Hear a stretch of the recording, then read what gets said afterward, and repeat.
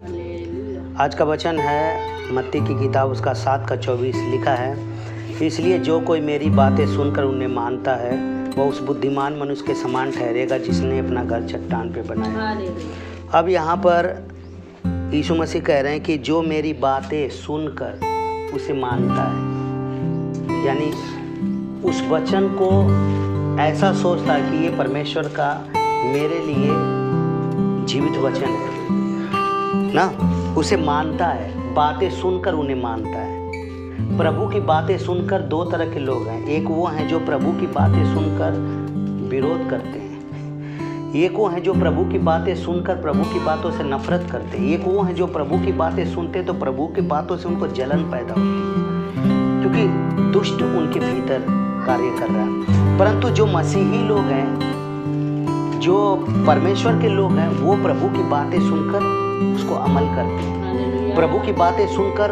उसका पालन करते हैं और अपना जो जीवन है ना उस वचन पे रखते हैं। देखिए इस संसार के अंदर वही व्यक्ति आखिरी तलक मसीही रहेगा जिस बंदे ने अपना जीवन वचन पे रखा है। जो लोग वचन का पालन आज नहीं कर रहे हैं, कई बार ऐसा लगता होगा आपको भी कि वो नहीं वचन पे चलते, वो नहीं चलते, तो मैं आपको बता दूं, जो लोग वचन के आधार पे नहीं है, जो वचन की इच्छा पर नहीं है, वचन का पालना में नहीं है, वे लोग दुनिया में भटक जाएंगे।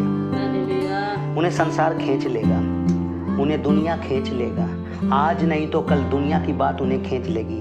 क्योंकि जिसको प्रभु की बातें नहीं सुनाई थी, प्रभु की बातें उनके जीवन में नहीं है, ना ही उस पर अपना जीवन वो चला रहे, ना ही वचन का पालन कर रहे, वे लोग समस्या आएंगी, मुश्किल आएंगी तो वो विश्वास से हट जाएंगे। जिसका जीवन वचन के अनुसार है, जो ये सोचता है कि मैं वचन पे रहूं, वचनों में रहूं, वही व्यक्ति प्रभु की आवाज़ के अंदर है, वही व्यक्ति प्रभु के वचन के अंदर है, वही व्यक्ति नाश नहीं होगा, उसी व्यक्ति को शैतान पीछे नहीं लौटा पाएगा। जो ये सोच के चलता है, बात करने वक्त किसी से ये सोचता है कि मैं वचन में रह के ही बात करूं, वो शादी में चला जाएगा फिर भी वचन के अंदर रह करके ही सारे कार्य करेगा।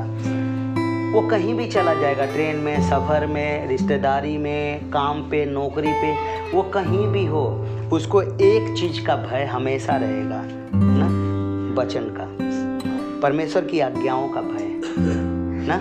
वो हमेशा ये नोट करेगा कि मैं चल रहा हूँ कि नहीं चल रहा हूँ, वो ध्यान देगा, खुद को वो वचन में रखेगा। हाँ, लोग उसको गुस्सा दिलाने की कोशिश करेंगे, उसको बिगाड़ने की कोशिश करेंगे, परंतु वो तो वचन पे चलने के लिए निर्णय लिया है। वो वचन को गौर से सुनता है और खुद को जांचता है, खुद को देखता है कि मैं वचन के अनुसार हूँ या नहीं हूँ। तो यीशु ने कहा जो कोई मेरी बातें सुनकर उन्हें मानता, जो कोई का मतलब उसकी मर्जी है, चाहे कोई भी हो, किसी जाति का हो, अगर वो प्रभु यीशु के वचन को मानता है वो मजबूत होगा। अगर वो प्रभु यीशु मसीह के वचन के आधार पे जीता वो मजबूत होगा। वो चाहे कहीं भी रहता हो, किसी कोने में रहता हो, अगर वो अपना जीवन वचन को मनन करने में और वचन के ऊपर रखता है तो वो इस पृथ्वी पर मजबूत होगा, वो दिलेर होगा, वो हौसले वाला होगा, उसे भय नहीं सताएगा, उसे डर नहीं लगेगा, उसे किसी बात का खौफ नहीं लगेगा, क्योंकि उसका भरोसा, उसका विश्वास परमेश्वर के वायदे पर है, परमेश्वर के वचन पर है। तो लिखा उस बुद्धिमान मनुष्य के समान ठहरेगा जिसने अपना घर चट्टान पे बनाया। वो ही बुद्धिमान है। मूर्ख लोग तो किसी भी चीजों पे जीने लग जाते हैं ना, कोई भी चीज पाएंगे उसी पे अपने आप को सेट करने की कोशिश करते हैं, हर बुरी चीज पे अपने आप को शामिल करने की कोशिश करते हैं ना। बुरे पे भरोसा करने वाले एक दिन खत्म हो जाएंगे, धर्मी सदा तक बना रहेगा। इसलिए लिखा है वह बुद्धिमान है जिसने अपना घर चट्टान पे बनाया। ये वचन जो है ये चट्टान है, ठीक है। और मैं आपको बता दूं, जब तूफान आता, आंधी आती है, मुश्किलें आती हैं, तो चट्टान जो मजबूत होता है, अगर कोई चट्टान पे बैठा है, चट्टान पे है, वो सुरक्षित है। परंतु जो मजबूत चट्टान वाला घर बनाए या चट्टान पे बैठा है वो व्यक्ति सुरक्षित है। लिखा है तो हमें बुद्धिमान बनना या मूर्ख? बुद्धिमान बनना। बुद्धिमान व्यक्ति कौन है? जो वचन को सुनकर उसका पालन करता है। बेशक वचन हमसे कई बार मांग करता है थोड़ा कठिन बातों का, कि तुझे ये करना है, तुझे ऐसे रहना है। हो सकता है वचन का पालन करते हुए हमारे अपने छूट जाएं, हो सकता है वचन का पालन करते हुए हमारे अपने रूस जाएं, हो सकता है वचन का पालन करते हुए संसार आपका बैरी बन जाए। जब आप परमेश्वर के वचन का पालन करेंगे, रुकावटें बहुत आएंगी, समस्याएं बहुत आएंगी, अपने आप को छोड़ जाएंगे। हाँ, शायद आपको लगेगा आप अकेला हैं, हालेलुया, परंतु आपके साथ परमेश्वर है, आपके साथ परमेश्वर है। हाड़ मास का इंसान आपके साथ नहीं, सर्वसामर्थी परमेश्वर आपके साथ है ना। तो चट्टान पे बनाया हुआ घर और रेत पे बनाए हुए घर, दोनों में जमीन आसमान का फर्क है ना। अब बहुत सारे लोग होते हैं घर बनाते हैं तो वो बाकी चीजों पे जोर देते हैं, ठीक है, नींव पे जोर नहीं देते। जो बुद्धिमान व्यक्ति होता है वो नींव पे जोर देता है, जो मूर्ख होता है वो ये जोर देता है कि बस दबा दब बस सब कुछ बन जाए, है ना। बाकी चीजें वो अच्छी अच्छी लगा लेगा घर के अंदर, बाकी चीजें अच्छी अच्छी, परंतु नींव पे वो मेहनत नहीं करता है।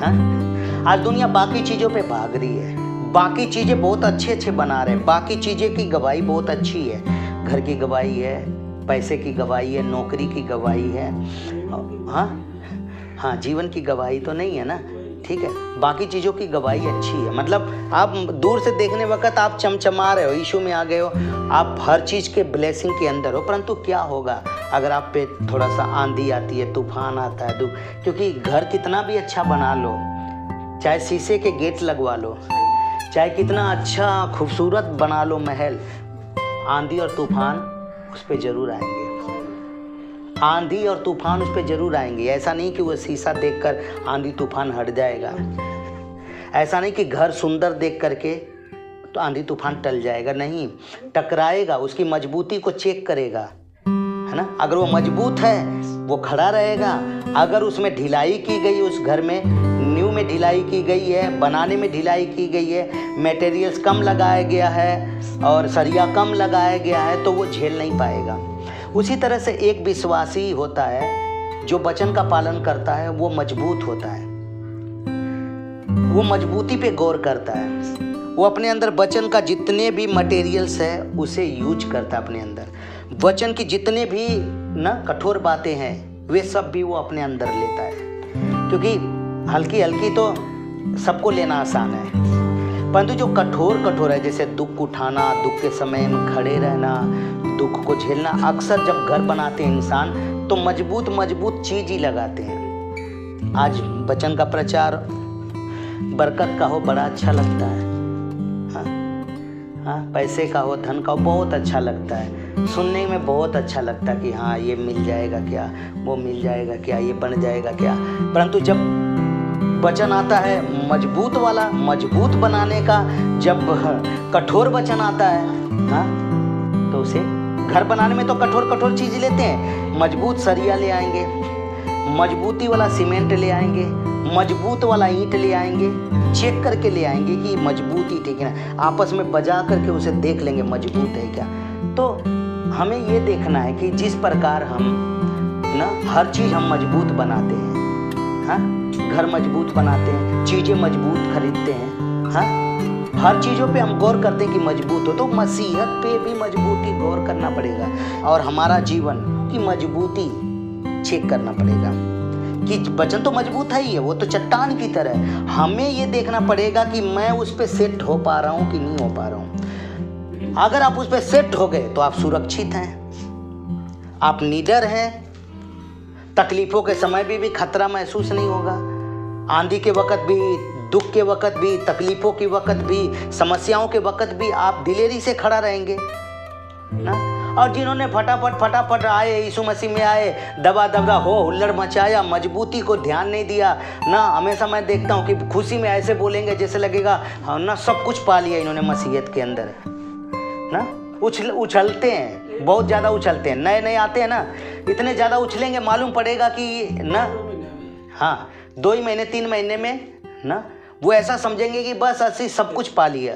और वो सब कुछ का पता तब चलेगा जब आंधी आएगी, उसकी मजबूती का पता तब चलेगा जब तूफान आएगा, उसकी मजबूती का पता तब चलेगा जब लहरें आएंगी ना। लोग विरोध करेंगे, लोग खिलाफ में होंगे, अपने खिलाफ में होंगे, जब आपकी निंदा की जाएगी, आपका मजाक उड़ाया जाएगा, आपके विरुद्ध में बातें कहा जाएगा, आप पे झूठे इल्जाम भी लगाए जाएंगे, हो सकता है कि आपके विरुद्ध में सब प्रकार की बुरी बात कहें, तब आप प्रार्थना छोड़ना है, संगति में चित्त नहीं कर रहा है, लोगों का सहा नहीं जा रहा है, इसलिए मजबूत बनना है। क्योंकि सहना तो पड़ेगा मसीहत में झेलना तो पड़ेगा ना। हमारा प्रभु आकर के इस दुनिया के अंदर बड़ा सोखा नहीं गया, बहुत आसान से नहीं जिया। अच्छा जीवन जीने के लिए झेलना पड़ता है, बुरा जीवन बिताने के लिए सब साथी हैं ना। नुक्कड़ पे शराब भी मिल जाएगा, हाँ ठीक है, ठट्ठा करने वाले की मंडली मिल जाएगी, ताश खेलने वाले की मंडली मिल जाएगी, परंतु आत्मिक मंडली पाना, आत्मिक मंडली, सच्ची मंडली पाना बहुत मुश्किल है। हाँ? बुरी संगति तो आपको नुक्कड़ पे बस में भी मिल जाएगी। आपको एक बीड़ी लगा रहा है, दूसरा लगा लेगा, बेशक जान पहचान ना हो, ले ले भाई, जर्दा भी बांट के खा लेंगे ना। परंतु अच्छी मंडली, सुरक्षित मंडली, स्वर्ग जाने वाली मंडली, पवित्रता की मंडली आपको मुश्किल से मिलती है ऐसी मंडलियाँ दुनिया के अंदर। ये नहीं कह रहा हूँ मैं, बहुत सारे आज भी ऐसी मंडलियाँ हैं जो आत्मा और सच्चाई से आराधना करते हैं, परमेश्वर को प्यार करते हैं, आज भी दुनिया से अलग जीवन बिताते हैं, अलगताई में रहते हैं। वो संसार के जैसे नहीं दिखते, दुनिया की तरह नहीं जीते, उनमें परमेश्वर का ज्ञान है, उसमें परमेश्वर विराजमान है ना। हालेलुया। ऐसे लोग ना पवित्र आत्मा से भरे हुए हैं और वे स्वर्गीय संतान है, वे जाएंगे स्वर्ग के अंदर। इसलिए मेरे भाई बहनों, हमें ये देखना है कि आज हम अच्छी गवाही तो दे लेते हैं, पैसे की, धन की, दुनिया की गवाही तो दे लेते हैं, हम बड़ा कहते हैं कि हम बच गए, है ना। अभी कहाँ तब कहोगे कि हाँ असी बच गए जब तूफान आएगा, और फिर भी खड़े रह गए, तब कहना बच गए। तब कहना बच गए जब दुख आए, तकलीफें आए, तुम्हारे खिलाफ में बातें हो, और फिर भी तुम मसीहत में आओ और मसीहत में नजर आओ, तब कहना असी बच गए। हाँ हाँ, हालेलुया। क्योंकि आप वचन के अनुसार हैं कि नहीं। अगर वचन में, आप वचन में मजबूत हैं, वचन को आपने पकड़ रखा है, जड़ आपकी मजबूत है, जड़ आपकी मजबूत है, तो डर नहीं है। हालेलुया। पेड़ जड़ पे कितना भी अच्छे फल लदे हो, जड़ कमजोर है, कितना भी हरा भरा पेड़ हो, अगर जड़ कमजोर है उलट जाएगा वो। आज कितने भी बड़े बड़े घर बना लिए हो, कितने भी बड़े बड़े न गाड़ियों में घूम रहे हो, कितने भी बड़ी बड़ी उनके पास प्रॉपर्टी हो मसीहत में, परंतु जब वो दुख आएगा, समस्याएं आएंगी, विरोध होगा, परेशानियां आएंगी, तब पता चलता है कि रहेंगे या जाएंगे, संसार के साथ समझौता करेंगे या परमेश्वर के साथ बने रहेंगे। क्योंकि बहुत सारे लोग संसार के साथ समझौता कर लेते हैं, बहुत सारे लोग शैतान के आगे घुटने टेक देते हैं, बहुत सारे लोग शिक्षाओं के अंदर मिलावट कर देते हैं, इसलिए कि कोई हमारे को खिलाफ ना कर सके। वो दुनिया के साथ रल जाते हैं, संसार की शिक्षाओं के साथ रल जाते हैं, जो दुनिया का सारे रीति रिवाज है उसके साथ में वो कलीसिया को भी लेकर के शामिल हो जाते हैं। परंतु कलीसिया ना वो सुरक्षित नहीं है, वो कलीसिया सुरक्षित नहीं है। जब दुनिया ही घुस गया तो सुरक्षित कहाँ है, जब संसार ही घुस गया तो सुरक्षित कहाँ है, जब दुनिया के जैसे कलीसिया जी रही है, यीशु को प्रकट ही नहीं कर रही है, यीशु की बातों को प्रकट ही नहीं कर रही है, यीशु की पहचान भी नहीं बढ़ रही है, तो वो कलीसिया है ही कहाँ। कलीसिया पृथ्वी पर क्यों है? अपने जीवन से यीशु को प्रकट करने के लिए। हाँ, कलीसिया प्रभु की देह है। अगर सिर यीशु है तो देह यीशु से जुड़ी होगी। ऐसा नहीं सिर किधर है और देह किधर है। हाँ हाँ, आपका शरीर जहाँ सिर है, शरीर पे ही सिर है ना, और सिर की बातों में ही है ना आपका शरीर। जो सिर कहता है वही सुनता है ना। आपके सिर, ये खोपड़ा जो है, इसके अंदर जो प्लान बनता है उधर ही पाँव जाता है ना। अब आज की कलीसियाएं अगर उधर ही जा रहे हैं जिधर वचन कह रहा है, वैसे जी रहे हैं जैसे वचन कह रहा है, तब तो भैया वो सही राह पे है, प्रभु के राह पे है, सुरक्षित कलीसिया है, पवित्र कलीसिया है। अगर उसने दुनिया के साथ मिलावट कर लिया है, संसार के साथ मिलावट कर लिया है, घुटना टेक दिया है, तो वो कलीसिया दुनिया के जैसे दिखेगी, उसमें सब कुछ दुनिया वाला होगा और वो कलीसिया को प्रभु नहीं ले जाएगा। उस कलीसिया को प्रभु नहीं ले जाएगा जिसमें संसार घुस गया ना, संसार की शिक्षाएं घुस गई, दुनिया घुस गई।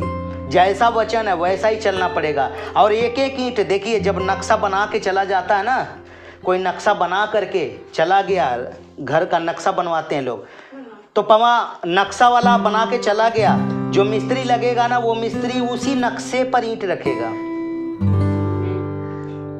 ठीक है, हमारा प्रभु एक नक्शा बना के चला गया, उसने नींव डाल के चला गया। मसीह ही नींव है, यीशु ही नींव है। आप कहीं और ईंट डाल रहे हो, वो ईंट गिरेगी, क्योंकि जो नक्शा बना के गया, नक्शा डाल के गया और उस पे मजबूती करके गया, धुरमुट मार के, ठीक है, मजबूत करके गया, अगर उसी पर दूसरा मिस्त्री रद्दा रखेगा वो मजबूत होगा। अगर किसी और जगह पे ईंट रखे है ना अंकल, कहीं और अगर ईंट रखी गई, वो गिरेगी कि नहीं गिरेगी। मान लो मिस्त्री आया, नक्शा डाल के चला गया, ये आपकी नींव का ना, यहाँ बाथरूम होगा और यहाँ पे किचन होगा, यहाँ पर घर होगा, यहाँ पे बरामदा होगा, वो नींव डाल गया। अब उसी नींव पे आप मिस्त्री आएगा तो उसी नींव पे काम चालू करेगा ना। अगर वो साइड में कहीं काम चालू करता, वो नींव को छोड़ के अलग चालू करता है, तो वो देखने में तो ये घड़ी के लिए मकान बन जाएगा, परंतु नींव से अलग होने के कारण जब तूफान आएगा, बरसात आएगा, पानी आएगा ना, और घर के अंदर पानी बढ़ेगा तो नींवों में जाएगा, और नींव पे है नहीं घर, वो गिरेगा कि नहीं गिरेगा, छत फटेगी कि नहीं फटेगी। आज ऐसा ही है, मसीह लोग पीछे हटने का कारण यही है कि ना उनकी नींव ही वचन पे नहीं है, उनका जीवन ही वचन पे नहीं है। इसलिए थोड़ी देर के लिए मसीह दिखते हैं, उछलते हैं, कूदते हैं, उसके बाद में दुनिया जब ताने मारती है, दुनिया निंदा करती है, गिर जाते हैं, फिर चर्च में दिखाई नहीं देते हैं। हाँ? तो रेत पर का घर था कि नहीं था, हाँ, नकली घर था कि नहीं था, कमजोर घर था कि नहीं था। इसलिए हमें मजबूत घर बनना। और लिखा है, उस बुद्धिमान मनुष्य के समान ठहरेगा जिसने अपना घर चट्टान पे बनाया। ठीक है, मैं बरसा, और मैं क्या है, दुनिया की मुसीबत, ताने, संसार जो निंदा करता है मसीहत का,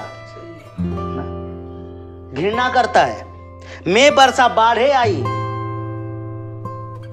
केवल मैं से भी घर की नहीं पहचान होती कि मजबूत है, बाढ़ भी आ सकती है, अंदर भी बढ़ सकता है, डुबाने के लिए, देखने के लिए। अगर नींव पर है मकान तब तो पानी आएगा, और एक दिन पानी आकर के खत्म होकर के पानी चला जाएगा, सूख जाएगा, और घर वैसा ही रहेगा। अगर थल्ले कमजोर पाया, वो ले दे के बैठ जाएगा। मैं बरसा, बाढ़े आई, आंधियां चली और उस घर से टकराई, फिर भी वो नहीं गिरा, फिर भी वो कमजोर नहीं हुआ, फिर भी दरारें नहीं आई, फिर भी उसकी ईंटें एक भी इंच नहीं घसकी, क्योंकि सीमेंट अच्छा लगा था, सरिया अच्छा लगा था, मजबूती के साथ, थोड़ा टाइम लगा था, परंतु अच्छा बना। और जो जल्दीबाजी में, प्रभु एक जगह कहता है, मेरे लोगों कच्ची लेसाई मत करो, कच्ची लेसाई करोगे गिर जाएगी, मजबूत करो।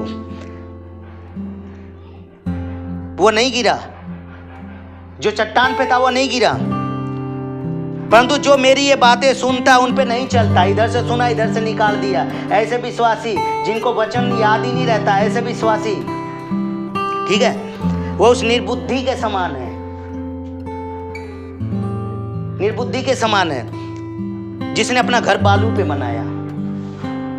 बालू, मैंने बोला ना, बालू हर एक वो चीज है, रेत हर एक वो चीज है जो वचन के अनुसार नहीं है। आमीन। यीशु के वचन पे अपना जीवन, यीशु के वचन के आधार पे अपना जीवन रखना, फिर तो आप स्ट्रोंग है।